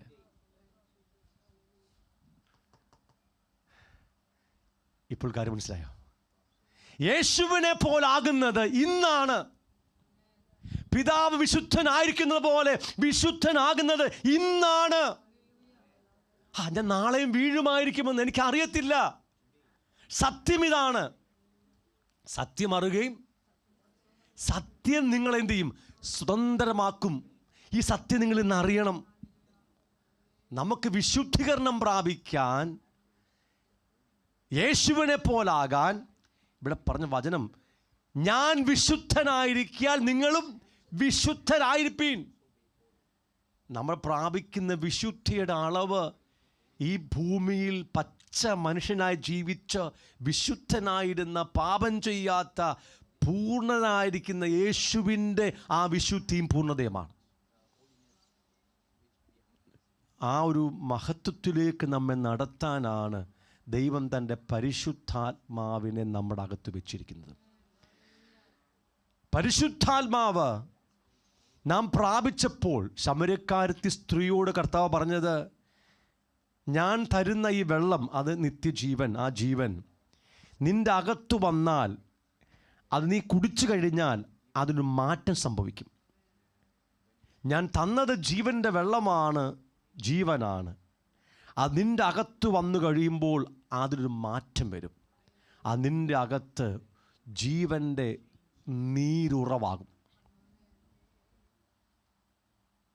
ഞാൻ തന്നത് ഒരു ഗ്ലാസ് ജീവജലമായിരിക്കാം, ഞാൻ അങ്ങനെ പറയുകയാണ്. പക്ഷെ നിൻ്റെ അകത്ത് വന്നു കഴിയുമ്പോൾ അത് ഒരു ഗ്ലാസ് വെള്ളമായി ജീവനെ നിൽക്കത്തില്ല. അത് ജീവനെ ഉത്ഭവിപ്പിക്കുന്ന, പുറപ്പെടുവിക്കുന്ന ഒരു നീരുറവയായി തീരും. അത് സദാ ഒഴുകിക്കൊണ്ടിരിക്കും. അങ്ങനെ എൻ്റെ അടുക്കൽ വന്ന് ജീവൻ്റെ വെള്ളം കുടിച്ചവന്, ജീവൻ്റെ വെള്ളം അകത്ത് ജീവൻ്റെ നീരുറവയായി തീർന്നവന് ഒരു നാളും ദാഹിക്കത്തില്ല. നമുക്കെന്താ വീണ്ടും വീണ്ടും ദാഹിക്കാൻ കാരണം? ഞാൻ ആത്മീയമായ മർമ്മം പറയാം. നാം യേശുവിൻ്റെ അടുക്കൽ വന്ന് പരിശുദ്ധാത്മാവിനെ പ്രാപിച്ചെങ്കിലും, നമ്മുടെ അകത്ത് ജീവൻ വന്നെങ്കിലും, ആത്മാ വന്നെങ്കിലും, എന്തുകൊണ്ട് നമ്മുടെ ദാഹം തീരാത്തത്? നമ്മുടെ അകത്തുള്ള ജീവൻ നീരുറവയെക്കുറിച്ചുള്ള ബോധ്യമില്ല, അല്ലെങ്കിൽ അതിലേക്ക് ശ്രദ്ധിക്കാത്തതുകൊണ്ട് അകത്ത് നിന്നും കേട്ടെ, അകത്തെ ആത്മാവിൽ നിന്നും ഈ ജീവൻ്റെ ഉറവയായി അതിനകത്ത് നിന്നും ജലം, ജീവൻ സദാ പുറത്തേക്ക് വന്ന് എൻ്റെ പ്രാണനെ തണുപ്പിച്ചുകൊണ്ടിരിക്കുന്നില്ലെങ്കിൽ എൻ്റെ ദാഹം മാറുന്നില്ല. നമുക്കവിടെ തെറ്റുപറ്റിപ്പോയത്, സഭ നെട്ടോട്ട് മൂടി നടക്കുക, പ്രവാചകന്മാരെയും ശുശ്രൂഷകളെയും തേടി ഓടുക. അത് തെറ്റല്ല, ഓടട്ടെ. ഒരു കാര്യമുണ്ട്. എന്താ ഓടാൻ കാര്യം? അവൻ്റെ ഉള്ളിൽ ദാഹം. ആ ദാഹം തീരാൻ വേണ്ടിയാ, പ്രാപിക്കാൻ വേണ്ടി പോകുന്നത്. ഞാൻ വളരെ ശ്രദ്ധയോട് നിങ്ങൾ പറയുക, കർത്താവിൽ നിന്നും പ്രാപിച്ച കാര്യം പറയുക. ഇത് കേൾക്കണം. നമ്മൾ വീണ്ടും അഭിഷിക്തന്മാരെ, ശുശ്രൂഷകളെ, മറ്റ് പ്രത്യേകമായ കൂട്ടങ്ങളൊക്കെ ആഗ്രഹിക്കുകയാണ്, അങ്ങോട്ട് ഓടുക. എന്താ കാരണം? ദാഹമുള്ളത് കൊണ്ടാണ്. പക്ഷെ എവിടെ തെറ്റിപ്പോയി? യേശു പറഞ്ഞ കാര്യം തെറ്റിപ്പോയി, ഗ്രഹിച്ചില്ല. എന്താണ്? ഞാൻ നൽകുന്ന വെള്ളം നിന്റെ അകത്ത് വന്നാൽ അത് വെള്ളമായി ആ അളവിൽ ഇരിക്കത്തില്ല, അതിന് രൂപമാറ്റം വന്ന് അതൊരു നീരുറവയാകും, ജീവന്റെ ഉറവയാകും. ആ ഉറവയിൽ നിന്നും സദാ കോരണ്ട, സദാ പൊങ്ങി വരും. ജീവന്റെ ജലം പൊങ്ങി വരുന്ന നിന്റെ പ്രാണനെ നിറയ്ക്കുന്നത് കൊണ്ട്, നിന്റെ പ്രാണനെ തണുപ്പിക്കുന്നത് കൊണ്ട് നിന്റെ അകത്ത് ദാഹം വരുന്നില്ല. നീ പിന്നെ ആരെയും പുറകിൽ പോകുന്നില്ല, ഒരഭിഷിക്തൻ്റെയും പുറകിൽ പോകുന്നില്ല. കാര്യം നിന്റെ അകത്തു നിന്നും ജീവൻ ഒഴുകി വന്ന് നിന്റെ പ്രാണനെ സദാ നിറച്ച് തണുപ്പിച്ചുകൊണ്ടിരിക്കുന്നത് കൊണ്ട് നിനക്ക് ദാഹമില്ലെന്ന്. അടുത്ത ഘട്ടത്തിൽ ജീവന്റെ നീരുറവയ്ക്ക് വ്യത്യാസം വരും. അത് നദികളെ ഉത്ഭവിക്കാൻ തുടങ്ങും. ഇതല്ല യേശു പറഞ്ഞതല്ലേ? നമുക്കിവിടേക്ക് മടങ്ങി വന്നേ പറ്റൂ സഭയെ. നമ്മുടെ അകത്ത് എന്തോ ഇരിക്കുന്നത്? ദൈവത്തിൻ്റെ ജീവനല്ലേ? നമ്മുടെ പ്രാണനിൽ എന്താ തണുപ്പില്ലാത്തത്? എന്താ സ്വസ്ഥതയില്ലാത്തത്? എന്താ പ്രാണൻ ചൂട് പിടിച്ചിരിക്കുന്നത്? എന്താ പ്രശ്നങ്ങൾ ജയിക്കാൻ കഴിയാത്തത്? നമ്മുടെ അകത്തുള്ള ജീവന്റെ നീരുറവയായി നമ്മുടെ അകത്തേക്ക് ഒഴുകി പ്രാണനെ തണുപ്പിക്കുന്നില്ല. അതകത്ത് നിന്നും ജീവജല നദികളായി നമ്മെ നിറച്ച് ലോകത്തിലേക്ക് ഒഴുകുന്നില്ല. ഇതാ കർത്താവിൻ്റെ ക്രമം. ഈ ക്രമത്തിലേക്ക് വരണം. നമ്മൾ ഈ പരിജ്ഞാനം പ്രാപിക്കണം. ഹല്ലേലൂയ. നിങ്ങൾ നിങ്ങളുടെ മുറിയിലിരുന്നാൽ മതി, മുറിക്കകത്തിരുന്നാൽ മതി, നിങ്ങളുടെ അകത്തുള്ള ജീവൻ ഒഴുകി നിറയും. നിങ്ങൾ സഭയിൽ വരുന്നത്, ഇത്തരം ശുശ്രൂഷയ്ക്ക് വരുന്നത്, ഇതൊക്കെ കേട്ടൊന്ന് ധരിച്ച് ഒന്ന് മനസ്സിലാക്കി ജീവിക്കാൻ വേണ്ടിയാ.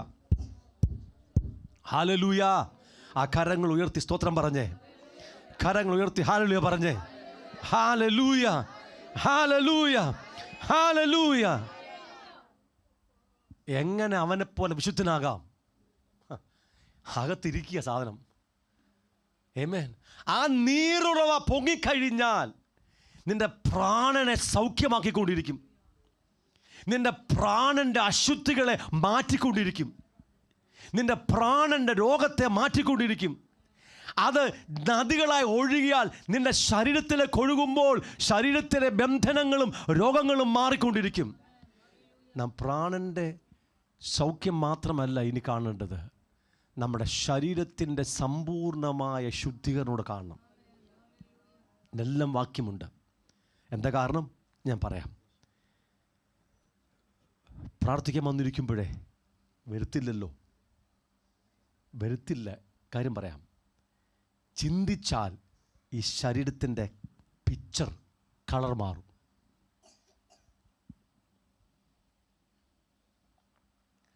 പ്രാർത്ഥിക്കാൻ വരാൻ പറ്റത്തില്ല.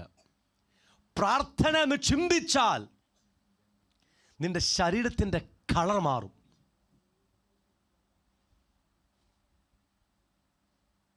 ഞാൻ പറഞ്ഞ ഉദാഹരണം വീണ്ടും പറയാം. എൻ്റെ മൂത്ത മകൾക്ക് 25 വർഷമായി, എഫ്രൈമിന് 23 തുടക്കത്തിൽ ഇവർ രണ്ടുപേരും വൈകുന്നേരങ്ങൾ വീട്ടിൽ അന്ന് ഇവരെ പ്രാർത്ഥിക്കാൻ വിളിക്കും. പ്രാർത്ഥന പഠിപ്പിക്കാൻ ഇരിക്കുമ്പോൾ ഭയങ്കര ഓടി നടന്ന് കളിച്ച് മറിഞ്ഞ്, മക്കളെ വന്ന് പായൊക്കെ ഇട്ട് പ്രാർത്ഥിക്കാനിരുന്നു. ഞാൻ നോക്കിയിരിക്കുമ്പോൾ രണ്ടുപേരുടെ മുഖം ചുമക്കും. കൊച്ചു പിള്ളേരാ, കുഞ്ഞു പ്രായമുള്ളൂ. കണ്ണ് ചുമക്കും.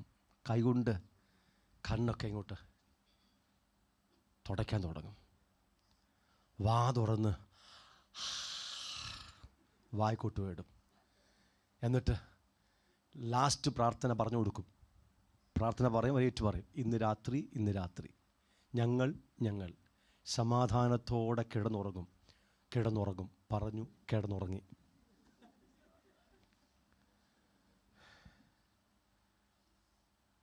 ചില നിമിഷങ്ങൾ കഴിയുമ്പോൾ വീണ്ടും എൻ്റെ വീട് കീഴ്മേൽ മറിയും. ഉറക്കം പോയി. 3 5 വയസ്സുള്ള കുഞ്ഞുങ്ങളിൽ കാണുക ഞാനിത്. കളിച്ച് മറിഞ്ഞ് നടന്ന കുഞ്ഞുങ്ങൾ മക്കളെ പ്രാർത്ഥിക്കാൻ വന്നിരിക്കാൻ പറഞ്ഞു. വന്നിരുന്നപ്പോൾ തുടങ്ങി അവരെ ശരീരത്തിൻ്റെ കളർ മാറാൻ തുടങ്ങി, മുഖം ചുമക്കാൻ തുടങ്ങി, കണ്ണ് ചുമക്കാൻ തുടങ്ങി, ക്ഷീണം വരാൻ തുടങ്ങി. അവർ കിടന്നുറങ്ങി. ലാസ്റ്റ് പ്രാർത്ഥന, സമാധാനത്തോടെ ഉറങ്ങിയവർ. ചില മിനിറ്റിനകത്ത് അവർ വീണ്ടും മറിഞ്ഞ് കളിക്കും. ഞാൻ അത്ഭുതപ്പെടും. എനിക്ക് അത്ഭുതമൊന്നുമില്ല, എനിക്കറിയാം കാര്യം. അവരവസ്ഥ അങ്ങനെ ആണെങ്കിൽ നമ്മുടെ അവസ്ഥയോ?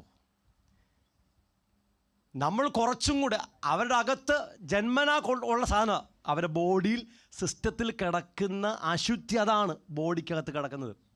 ഇനി ഞാനും നിങ്ങളുമോ ബോധപൂർവം സകല പാപങ്ങളും ചെയ്തിട്ടുണ്ട്, ശരിയല്ലേ? അവരന്ന് ബോധപൂർവം ഒരു പാപവും ചെയ്തിട്ടില്ല. അവരുടെ ബോഡിയുടെ അവസ്ഥ എന്നതാണ്. ഞാനും നിങ്ങളും അറിയാകുന്ന എല്ലാ പാപങ്ങളും നിരവധി തവണ ചെയ്ത് നമ്മുടെ ശരീരത്തെയും മനസ്സിനെയും അശുദ്ധമാക്കിയിട്ടുണ്ട്. അതുകൊണ്ടാണ് പ്രാർത്ഥനയുടെ പ്രാ പറഞ്ഞാൽ ഉറങ്ങുന്നത്.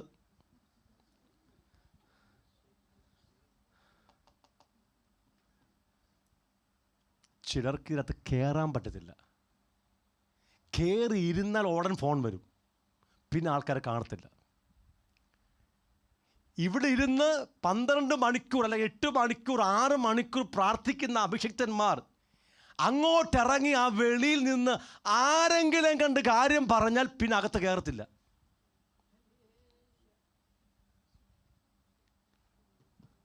ആരും കുഴപ്പമല്ല, അതാണ് നമ്മുടെ സിസ്റ്റം. നടക്കത്തില്ലെന്ന്. അത്ര അശുദ്ധിയാണ് നമ്മുടെ ബോഡിയിലുള്ളത്, പ്രാണനിലുള്ളത്. ഞാൻ പറഞ്ഞു ശരിയാണോ?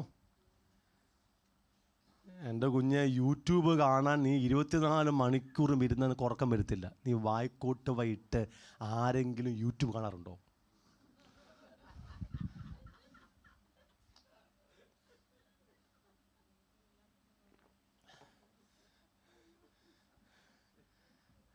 കമോൺ, എന്നോട് പറ. നിങ്ങൾ ക്ഷീണിച്ചിരുന്ന് മയങ്ങിയിരുന്ന് ഫേസ്ബുക്ക് കാണുമോ? എന്തോ ഒരു ഉത്സാഹമാണ് കാണാൻ.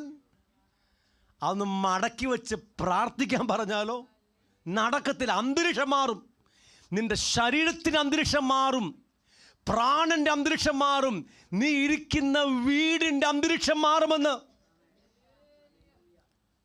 അത്രയ്ക്കെതിരാണ് പ്രാർത്ഥന. പ്രാർത്ഥനയ്ക്ക് അത്ര എതിരുണ്ടെന്ന്. അതിനെ ജയിക്കാൻ നമ്മുടെ അകത്ത് ജീവന്റെ ജലനദി ഉണ്ടെന്ന് എന്താ അറിയാത്തത്? Hallelujah, hallelujah. ഇത് വലിയൊരു പോരാട്ടമാണ്, ഇതൊരു യുദ്ധം തന്നെയാണെന്ന്. ജയിക്കണം. അവർക്ക് പ്രതിഫലമുള്ളത് കേട്ടോ നിങ്ങൾ. അവർക്ക് പ്രതിഫലം, ദൈവത്തിൻ്റെ മുമ്പിൽ അവർക്ക് പ്രതിഫലമുണ്ടെന്ന്. Hallelujah, hallelujah, hallelujah. അവൻ വിശുദ്ധനായിരിക്കുന്നത് പോലെ എനിക്കും വിശുദ്ധനാകാൻ പറ്റുമെന്ന് തിരിച്ചറിയണം. ഞാൻ ഒരു വാക്യം കൂടെ വായിച്ച് അവസാനിപ്പിക്കും. ഓക്കെ, അത് ദീർഘമായി പറയാൻ പോവുകയല്ല, ഒറ്റ വാക്യം കൂടെ വായിക്കും. മത്തായിയുടെ സുവിശേഷം 5-ാം അധ്യായം. നിങ്ങൾ ബാക്കി പോയി ധ്യാനിച്ചോണം. 5:48. ആകയാൽ നിങ്ങളുടെ സ്വർഗീയ പിതാവ് സൽഗുണപൂർണനായിരിക്കുന്നത് പോലെ നിങ്ങളും സൽഗുണപൂർണരാകുവീൻ. Therefore you shall be perfect just as your Father in heaven is perfect. എന്താണ്? സ്വർഗത്തിലെ പിതാവ് പെർഫെക്റ്റ് ആയിരിക്കുന്നു, ഒരു കുറവുമില്ല. ഒന്നിലും അവനിൽ കുറവില്ല. അവൻ പെർഫെക്റ്റ് ആണ്. എനിക്ക് അത്രേ പറയാൻ അറിയത്തുള്ളൂ, അത്ര കേട്ടാൽ മതി. അങ്ങനെ അവൻ പെർഫെക്റ്റ് ആയിരിക്കുന്ന പോലെ നമ്മളും ആരായിരിക്കണം? പെർഫെക്റ്റ്, സൽഗുണപൂർണരായിരിക്കണം. അത് യേശു കർത്താവ് ഒരു ഒരു ഒരു ഒരു ഭംഗിവാക്ക് പറഞ്ഞതാണോ? കുറേ കാര്യം പറഞ്ഞിട്ട് അതൊന്ന് ഒന്ന് ഒന്ന് കൊഴിപ്പിക്കാൻ വേണ്ടി അങ്ങ് പറഞ്ഞാണോ? അല്ല. നമ്മൾ പെർഫെക്റ്റ് ആകണം. ആരെ പോലെ? യേശുവിനെ പോലെ. അല്ല, പിതാവാം ദൈവത്തെ പോലെ. വാക്യം അങ്ങനല്ലേ? എന്താണ്? നിങ്ങളുടെ സ്വർഗീയ പിതാവ് പെർഫെക്റ്റ്, സൽഗുണ പൂർണ്ണൻ, എല്ലാ ഗുണത്തിലും പൂർണ്ണൻ. അതാ വാക്ക്. എല്ലാ ഗുണത്തിലും എന്താണ്? ഒരു കുറവുമില്ല, ഇരുട്ടൊട്ടുമില്ല, പെർഫെക്റ്റ് ആണ്. അതുപോലെ നാം ആരായി തീരണം? സൽഗുണ, എല്ലാ ഗുണത്തിലും ആരാകണം? പൂർണ്ണർ ആകണം. ഇത് സാധ്യമാണോ? സാധ്യമാണ്. നമുക്ക് പെർഫെക്റ്റ് ആകാൻ പറ്റുമോ? സൽഗുണ പൂർണ്ണർ ആകാൻ പറ്റുമോ? ആകാൻ പറ്റും. ഇല്ലെങ്കിൽ യേശു പറയത്തില്ല. അവനത് ചെയ്യും. എപ്പോൾ ചെയ്യും? നിങ്ങളിത് വിശ്വസിക്കുമ്പോൾ.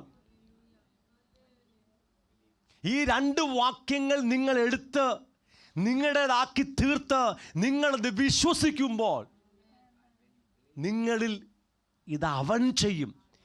എന്നോട് ചെയ്യാൻ പറഞ്ഞിട്ടുണ്ട്. ഈ 2 വാക്യങ്ങളും പത്രോസിലും മത്തായിലും യേശു പറഞ്ഞതും പത്രോസ് ആത്മാവിൽ പറഞ്ഞതും എന്നോട് പറയുകയാണ് ഞാൻ വിശുദ്ധനാകാൻ. യേശു എന്നോട് പറയുകയാണ് നീ സൽഗുണ പൂർണ്ണനാകാൻ ഞാൻ ചെയ്യേണ്ട കാര്യം. പിന്നെ എനിക്ക് മനസ്സിലായി, എന്നെ വിശുദ്ധനാക്കാനും എന്നെ സൽഗുണ പൂർണ്ണനാക്കാനും യേശു ക്രൂശിൽ മരിച്ചു എന്ന് മനസ്സിലായി.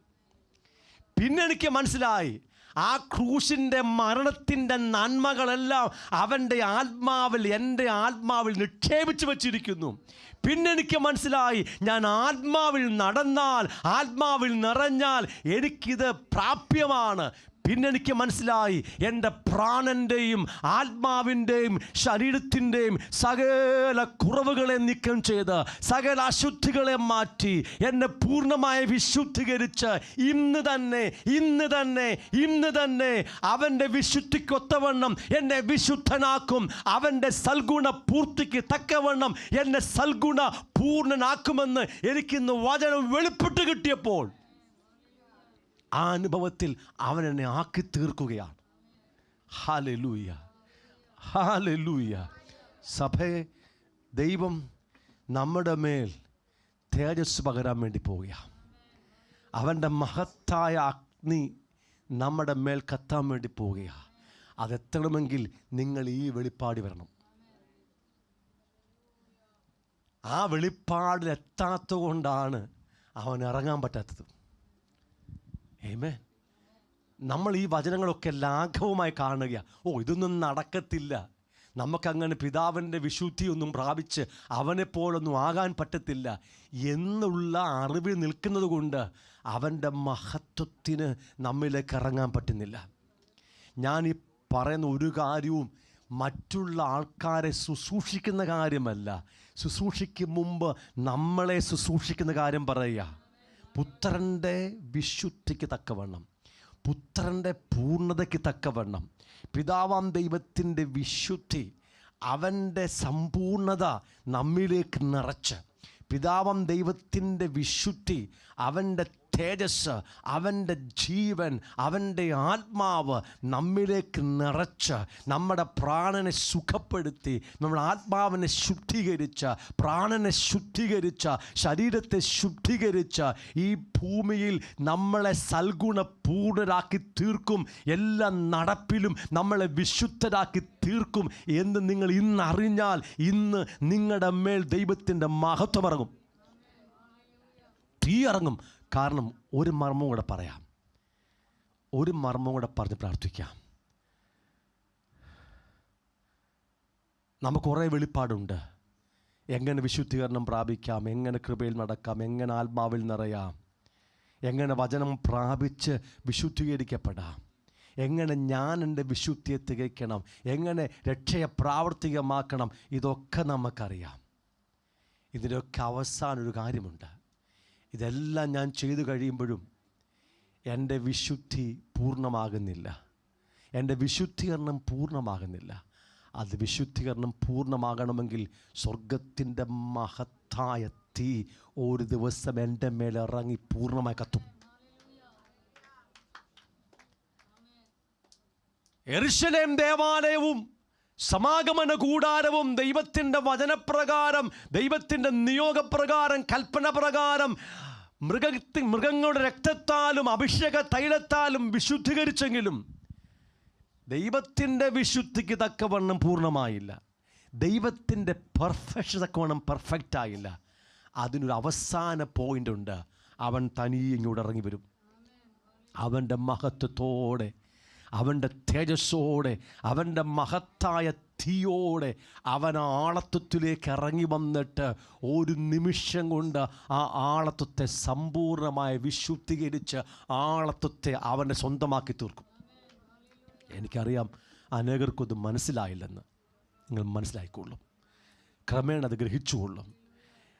നാം പറഞ്ഞ എല്ലാ ക്രമങ്ങളും, എല്ലാ മാർഗങ്ങളും, വചനത്തിലുള്ള വിശുദ്ധീകരണം, ആത്മാവിൻ്റെ വിശുദ്ധീകരണം, ജീവൻ്റെ നദി ഒഴുകിയുള്ള വിശുദ്ധീകരണം, അങ്ങനെ നിരവധി മേഖലയിലൂടെ കടന്നുപോയി അകത്തെ മനുഷ്യനെ ധരിച്ചുള്ള വിശുദ്ധീകരണം, ഇതെല്ലാം ചെയ്ത് ഭയത്തോടും വിറയലോടും കൂടി രക്ഷയെ പൂർത്തീകരിപ്പാനുള്ള നമ്മുടെ വ്യഗ്രതയും നമ്മുടെ ആഗ്രഹവും തീക്ഷ്ണതയൊക്കെ കണ്ട് അവൻ നമ്മുടെ ഇച്ഛയും പ്രവൃത്തിയൊക്കെ ഏറ്റെടുത്ത് ഒരു ദിവസം അവൻ്റെ ആത്മാവിൻ്റെ തീ നിന്റെ മേലിറങ്ങി നിന്റെ ആത്മദേഹി ദേഹത്തിൻ്റെ അശുദ്ധികളെ ദഹിപ്പിച്ച് നിന്റെ ആളത്വത്തെ അവൻ പൂർണ്ണമായും അവൻ്റെ സ്വന്തമാക്കി തീർക്കും. ആ സുദിനങ്ങൾക്ക് വേണ്ടി സഭ കാത്തിരിക്കണം. ഇല്ലെങ്കിൽ മരിക്കുന്ന അന്ന് വരെ നിങ്ങൾക്ക് ജീവിക്കാം. എങ്ങനെ? വിശുദ്ധീകരണം പ്രാപിച്ച് വിശുദ്ധിയെ അങ്ങനെ പോകാം. അതല്ല, ഇന്ന് കർത്താവ് ഇറങ്ങിയാൽ സമാഗമന കൂടാരത്തിൻ്റെ വിശുദ്ധി, അവൻ്റെ വിശുദ്ധിക്ക് തക്കവണ്ണം അവൻ്റെ വാസസ്ഥലമാക്കി തീർത്തത് അവൻ്റെ തേജസ് ഇറങ്ങിയപ്പോഴാണ്. അവൻ്റെ തേജസ് ഇറങ്ങി അതിനെ വിശുദ്ധീകരിച്ച് അവൻ്റെ നിവാസമാക്കിയതുപോലെ നമ്മുടെ മേൽ അധികമായിരിക്കുന്ന ഒരു ഫൈനലായി, എനിക്ക് പറയാൻ അറിയത്തില്ല, ഒരു ദൈവപ്രവർത്തനം നടക്കും. രക്ഷിക്കപ്പെട്ടപ്പോൾ ആത്മസ്നാനം പ്രാപിച്ചപ്പോൾ പ്രാപിച്ച അഭിഷേകത്തെക്കുറിച്ച് പറയുകയല്ല, സ്വർഗത്തിൻ്റെ വിശുദ്ധീകരിക്കുന്ന അഗ്നി ഇറങ്ങി, തേജോമയനായവൻ നിൻ്റെ മേലിറങ്ങി നിന്നെ ശുദ്ധീകരിച്ച് യേശു ഈ ഭൂമിയിൽ ജീവിച്ചതുപോലെ ജീവിപ്പാൻ കൃപ തരും. എങ്ങനെ യേശു അങ്ങനെ ജീവിച്ചത്? ദൈവത്തിൻ്റെ സർവസമ്പൂർണതയും ദേഹരൂപമായി അവനിൽ വസിച്ചതുകൊണ്ടാണ്. അതുപോലെ തന്നെ ദൈവത്തിൻ്റെ എല്ലാ നിറവോളം നിറഞ്ഞു ജീവിപ്പാൻ എനിക്കും അവൻ കൃപ തന്നിട്ടുണ്ട്. എഫേഷ്യൻസ് 3:19. ദൈവത്തിൻ്റെ എല്ലാ നിറവോളം, യേശുക്രിസ്തുവിൽ ദൈവത്തിൻ്റെ എല്ലാ നിറവും എല്ലാ സമ്പൂർണതയും വസിച്ചതുകൊണ്ട് അവൻ സമ്പൂർണ്ണ പുരുഷനായി സമ്പൂർണ്ണ മനുഷ്യനായി പിതാവിൻ്റെ വിശുദ്ധിയിൽ ജീവിച്ചതുപോലെ എന്നോടും പറയുകയാണ്, ദൈവത്തിൻ്റെ എല്ലാ നിറവിനോളം നീ നിറഞ്ഞു വരും. എഫേഷ്യൻസ് 3:19. ആ ദൈവത്തിൻ്റെ സർവസമ്പൂർണതയുടെ, ദൈവത്തിൻ്റെ സകല നിറവിൻ്റെ നിറവിലേക്ക് ഞാൻ നിറഞ്ഞു വരുമ്പോൾ ആ സുദിനത്തിൽ അവൻ എൻ്റെ ആത്മദേഹി ദേഹത്തെ സമ്പൂർണ്ണമായി കൈവശപ്പെടുത്തും. ഒരുമിച്ച് എഴുന്നേൽക്കാം, ഒരുമിച്ച് പ്രാർത്ഥിക്കാം. ആ തീ ഇന്ന് നമ്മുടെ മേൽ കത്തിയെങ്കിൽ, ആ തേജസ് ഇന്ന് നമ്മുടെ മേലിറങ്ങി നമ്മുടെ അശുദ്ധികളൊക്കെ ചാരമാക്കി ആത്മദേഹി ദേഹത്തെ അവൻ കൈവശമാക്കിയെങ്കിൽ എന്ന് ആഗ്രഹിക്കുന്നവർക്ക് ശ്രദ്ധയോടെ എൻ്റെ കൂടെ പ്രാർത്ഥിക്കാം. ഇത് വളരെ ഗൗരവമുള്ള ഒരു പ്രാർത്ഥനയാണ്, ഗൗരവമുള്ള പ്രാർത്ഥനയാണ്. ഇതിന് നിങ്ങൾ ഗൗരവമായി പ്രാർത്ഥിക്കണം.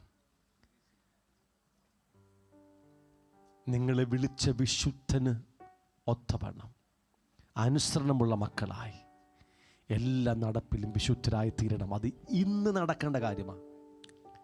ഞാൻ വിശുദ്ധനായിരിക്കിയാൽ നിങ്ങളും വിശുദ്ധരായിരിക്കണം. അത് ഇന്ന് നടക്കേണ്ട കാര്യമാണ്. നിങ്ങളുടെ സ്വർഗീയ പിതാവ് സൽഗുണപൂർണൻ ആയിരിക്കുന്നത് കൊണ്ട് നിങ്ങളും സൽഗുണപൂർണരായിരിക്കണം. അത് ഇന്ന് നടക്കേണ്ട കാര്യമാണ്. സാധ്യമാണോ? സാധ്യമാണ്. അവൻ ചെയ്യും. അവൻ ഇറങ്ങിയാൽ മതി. അവൻ്റെ മഹത്വം, തേജസ്, അവൻ്റെ മഹത്തായ തീ നമ്മളൊന്ന് കത്തി തേജസ് ഇറങ്ങിയാൽ, ആ മഹത്തായ തീയാൽ നമ്മെ വിശുദ്ധീകരിച്ച, തേജസ്സിൽ നമ്മെ വിശുദ്ധീകരിച്ച നമ്മെ അവൻ്റെ സ്വന്തമാക്കിക്കൊള്ളും. പിന്നെ യേശു നടന്നതുപോലെ നടക്കും.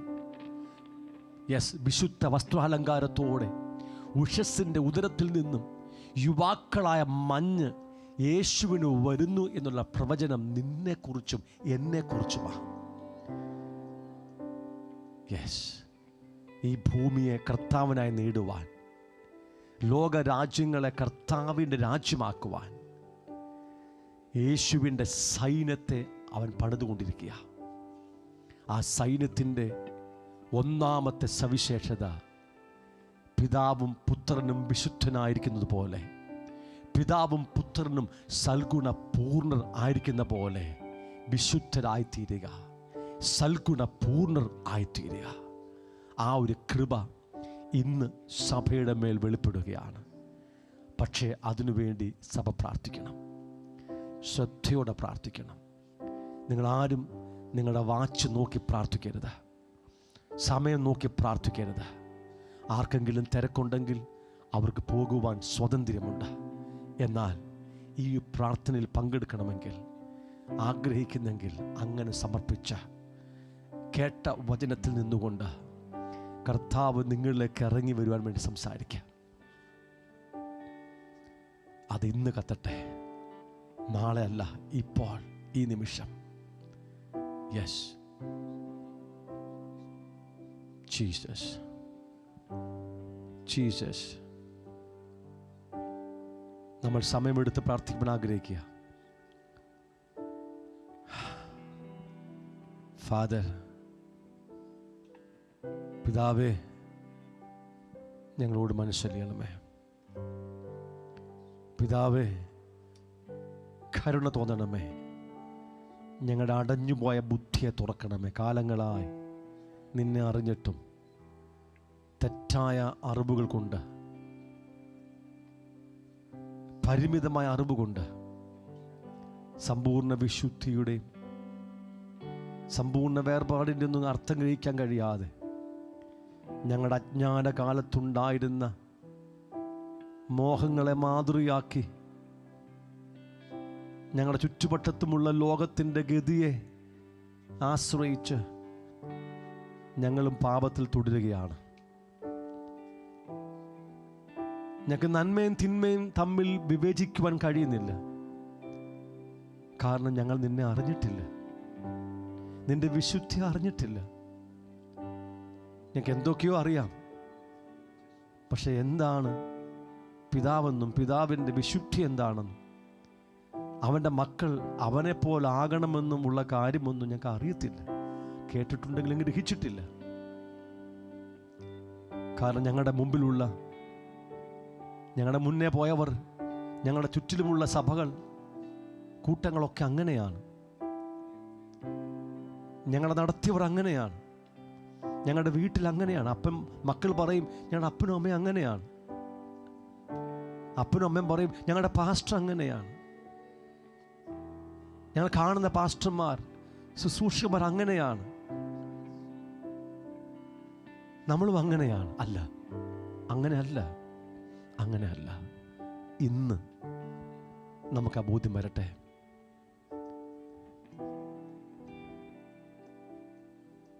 നിങ്ങളുടെ പാസ്റ്ററായി എനിക്ക് പറയാൻ പറ്റത്തില്ല, ഞാൻ ബലഹീനനാണല്ലോ, നിങ്ങൾ എന്നെ നോക്കരുത്, യേശുവിനെ നോക്ക്, പറയാൻ പറ്റത്തില്ല.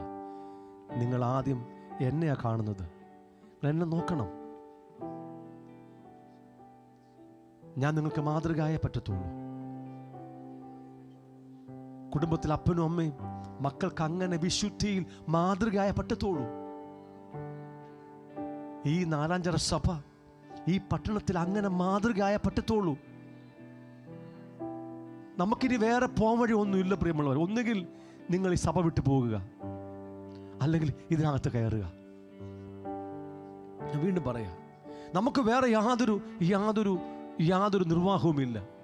ഒന്നുകിൽ ഈ സഭ വിട്ടു പോകുക, ഒന്നുകിൽ ഈ ദൈവദാസനെ വിട്ടു പോകുക, അല്ലെങ്കിൽ ചേർന്ന് നിൽക്കുക, ആ വിശുദ്ധിയിലേക്ക് വരിക. കർത്താവ് അങ്ങനെ നമ്മളെ സൗഖ്യമാക്കാനും നമ്മളെ അവനെപ്പോലെ തികഞ്ഞവരാക്കാനും അവനെപ്പോലെ വിശുദ്ധരാക്കാനും ആഗ്രഹിക്കുക. നമുക്ക് ഒത്തിരി സിസ്റ്റമുണ്ട്, ഒത്തിരി നമ്മൾ പഠിച്ചു, ഒത്തിരി നമ്മൾ പരിചയിച്ചു, പരിശീലിച്ചു. അതൊന്നും നമ്മളെ പിതാവിൻ്റെ വിശുദ്ധിയിലേക്ക് എത്തിച്ചിട്ടില്ല. നമ്മുടെ ആ ചിന്ത മരിക്കുമ്പോഴോ ആ ദിവസങ്ങളൊക്കെ എത്തുമ്പോഴോ അല്ലെങ്കിൽ മരിച്ച ശേഷമൊക്കെ എന്തെങ്കിലുമൊക്കെ സമ്പൂർണ്ണമായി വിശുദ്ധീകരിക്കപ്പെടാമെന്ന സിൻലെസ് പെർഫെക്ഷൻ ഇല്ലെന്ന് നമ്മോട് പലരും പറഞ്ഞു. നമ്മൾ മനുഷ്യരല്ലേ, പാപം ചെയ്യത്തില്ലേ, അശുദ്ധരല്ലേ, അങ്ങനെയൊക്കെ സംഭവിക്കത്തില്ലേ എന്ന് പറഞ്ഞ് കേട്ട് നമ്മൾ അങ്ങനെ ആയിപ്പോയി. അല്ല, നമ്മുടെ ഹൃദയങ്ങളെ കർത്താവ് പുതുക്കുകയാണ്, നമ്മുടെ ബുദ്ധിയെ സൗഖ്യമാക്കുകയാണ്, നമ്മുടെ ചിന്തകളെ സൗഖ്യമാക്കുകയാണ്, മനസ്സിനെ പുതുക്കുകയാണ്. യെസ്, ഇത് വളരെ ഗൗരവമാണ്. നിങ്ങൾ ഏറ്റെടുക്കണം, എൻ്റെ ഒപ്പം പ്രാർത്ഥിക്കണം, വാ തുറന്ന് പ്രാർത്ഥിക്കണം. ഇതൊരു പോരാട്ടമാണ്. യെസ്, നിങ്ങൾ എൻ്റെ കൂടെ നിൽക്കണം ഈ പോരാട്ടത്തിൽ. ഇതൊരു യുദ്ധമാണ്. യഥാർത്ഥ മണവാട്ടി സഭ ഈ ഭൂമിയിൽ വെളിപ്പെടണം. യേശു ഇന്ന് ഭൂമിയിൽ വെളിപ്പെടണം, എന്നിലും നിന്നിലും. അത് പിതാവിന് ഇഷ്ടമാണ്, പിതാവിൻ്റെ ഹൃദയമാണ്, അവൻ്റെ വേദനയാണ്. ഇതൊരു യുദ്ധമാണ്, ഇതൊരു യുദ്ധമാണ്.